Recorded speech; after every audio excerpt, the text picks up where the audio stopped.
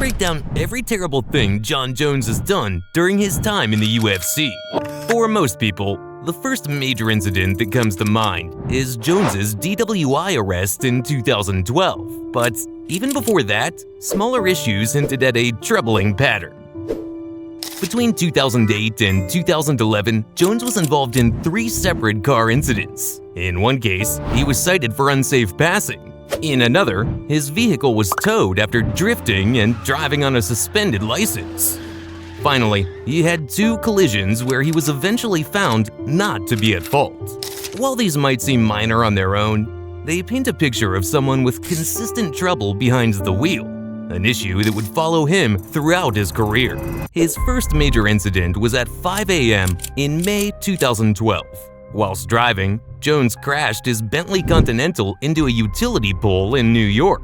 Fortunately, neither he nor his 2 passengers were seriously injured, but the damage to the car was significant. When the police arrived, Jones showed signs of intoxication and refused a breathalyzer test. He was taken into custody and later pled guilty to a DWI. As part of his sentence, Jones was fined $1,000 and had his license suspended for 6 months.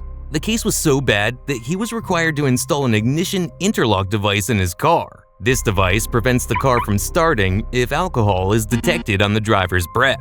This incident damaged Jones's public image, with many accusing him of being fake, especially since he had built a persona of being a clean-cut, well-spoken champion. Clearly, he was actually a bad guy trying to play good. Later that same year, Jones was at the center of one of the UFC's most controversial moments: the cancellation of UFC 151. This Saturday's fight at Mandalay Bay is being canceled. Dan Henderson has a partial tear in his MCL and couldn't continue. Chael Sonnen accepted the fight with Jon Jones, wanted the fight bad. 9 o'clock last night, we had a fight.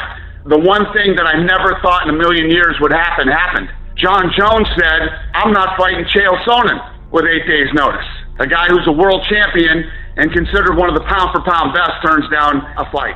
While Sonnen's offer to fight on short notice was seen as heroic, fans were annoyed and frustrated with Jones. This incident, plus his DWI earlier that year, proved that Jones was selfish and difficult to work with. Now, Jones doesn't just beat up people in the octagon, he also does it to his wife. No, seriously, one of the most troubling incidents in Jon Jones's long history of controversies happened in September 2021 at Caesars Palace in Las Vegas. This time, the issue revolved around domestic violence allegations involving his longtime partner, Jesse Moses. The initial report came from a Caesars Palace security guard who observed Moses coming to the front desk, visibly distressed and asking for a key to her room. Metro Police, floor is 18405. How may I help you? Hey, this is Eduardo with Caesars Palace Security. We've got a possible DV call, domestic violence call.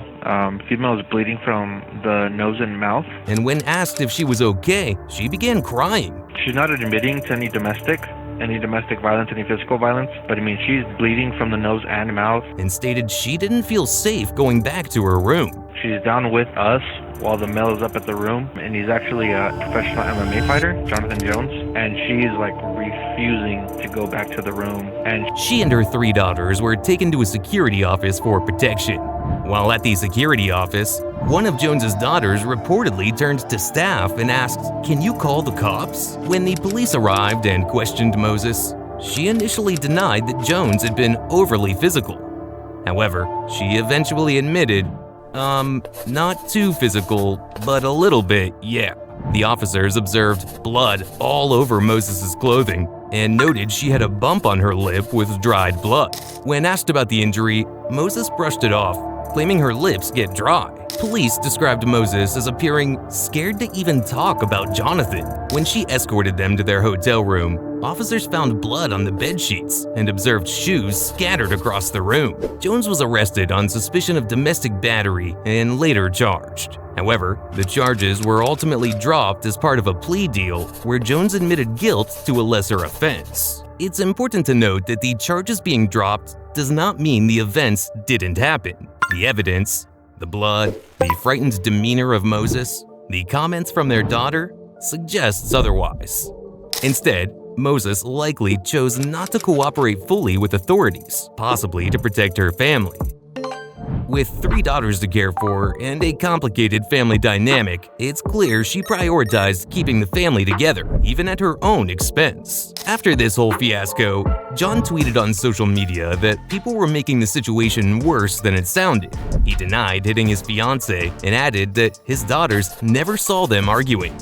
It's not just Twitter Jon uses to make his thoughts known. In April 2014, fans discovered homophobic comments made by Jones on an Alexander Gustafsson fan's Instagram page. Jones claimed his account had been hacked, but many found his explanation unconvincing, especially since new photos were posted from the account around the same time.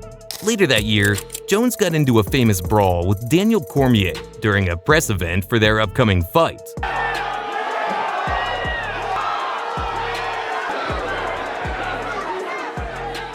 Jones was fined $50,000 and ordered to complete 40 hours of community service as a result. Their fight was eventually suspended due to Jones suffering an injury. During this time, Jones also tested positive for cocaine use out of competition. Jon Jones was tested out of competition on December 4th. When he tested positive for cocaine. Cocaine wasn't banned at that period in the UFC, which is crazy to say, and the fight was still scheduled to go on. This wasn't the last time Jones was tested for substance abuse. But more on that later. Jones ended up checking into rehab for cocaine use, but only stayed for a day. Jones went on to win the fight via unanimous decision, and still giving Daniel his first ever loss in MMA. Later that year, Jones was involved in a hit-and-run accident. After running a red light, Jones's car struck another vehicle, which then hit a third car. Witnesses reported that Jones fled the scene, only to return briefly to grab a handful of cash from his car before running off again. One of the victims was a pregnant woman who suffered a broken arm. Police later found drug paraphernalia in Jones's rental car. He turned himself in and was charged with leaving the scene of an accident. Because of this, the UFC stripped him of his title and suspended him indefinitely. Jones avoided jail time, but was sentenced to 18 months of probation and required to make appearances at local schools to speak about his mistakes. After his suspension from the UFC was lifted, Jones was scheduled to face Daniel Cormier in a rematch at UFC 200. However, just days before the event, Jones tested positive for steroids used as estrogen blockers. Jones tested positive. Come on, Danny, come on. Come on. I know, bro. Fuck, I'm so sorry. Come on. As a result, the fight was canceled, and Jones was stripped of his recently attained interim title and suspended for a year. Later, he claimed that the steroid substances came from a tainted sexual enhancement pill for ED. The scheduled rematch between DC and Jones took place at UFC 214, in which Jones defeated Cormier to reclaim his belt. What can you say at all about this and the rivalry between you and Jon? I don't know, man. I guess if you win both fights, there is no rivalry, so... However, that victory only lasted about 2 weeks before it was revealed that he was juiced up on the steroid Turinabol before the fight. And I'm glad you're here, DC, because Jon Jones tested positive for Turinabol the day before your guys' fight, of course, at UFC 214 in July. 3 fights involving your name, he tested positive for something. As a result, Jones was yet again stripped of his title, and the fight result was changed to a no contest. Facing a potential 4-year suspension, Jones cooperated with USADA under their substantial assistance policy, which led to a reduced 15-month suspension. Things then got a little bit more interesting because he was facing a minimum of 2 years, and we have seen much less egregious offenses and somebody given much more time. We saw a Nick Diaz situation where it was a lifetime ban for marijuana.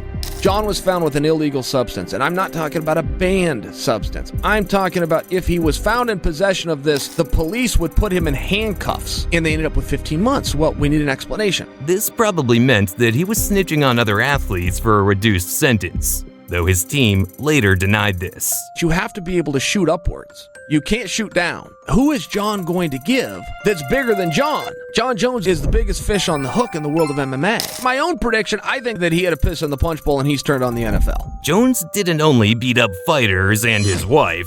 Apparently, anyone could get it, even a waitress at a strip club. In July 2019, Jones was accused of battery by a waitress at a strip club. The incident resulted in a no-contest plea, and Jones was given a 90-day deferred sentence. Less than a year later, in March 2020, Jones was arrested for aggravated DWI, negligent use of a firearm, and possession of an open container. Police found Jones parked on the street, speaking with homeless individuals while showing signs of intoxication. Did you have anything to drink before you were driving?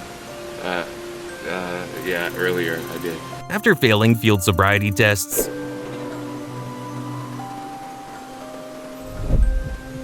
he was arrested. All right, John, go and turn around. So I do have to place you under arrest for DWI, okay? Yes, you'll get a chance to write a breath sample on stuff to get down to the prison transfer center. A gun and bullet casings were also found in his car. Jones pled guilty to the DWI, while the other charges were dropped. He was sentenced to 4 days of house arrest, 1 year of probation, and community service. Jon Jones has faced over $76,000 in fines, lost 3 titles, served 42 months of suspension from fighting, and completed countless hours of community service. His repeated incidents have left a permanent mark on his career and overshadowed his incredible achievements in the octagon. As much as I don't like the guy, I hope Jones receives proper help and can find a way to break this cycle and focus solely on his skills in the octagon. Let us know your thoughts in the comments below, and don't forget to like and subscribe for more MMA content.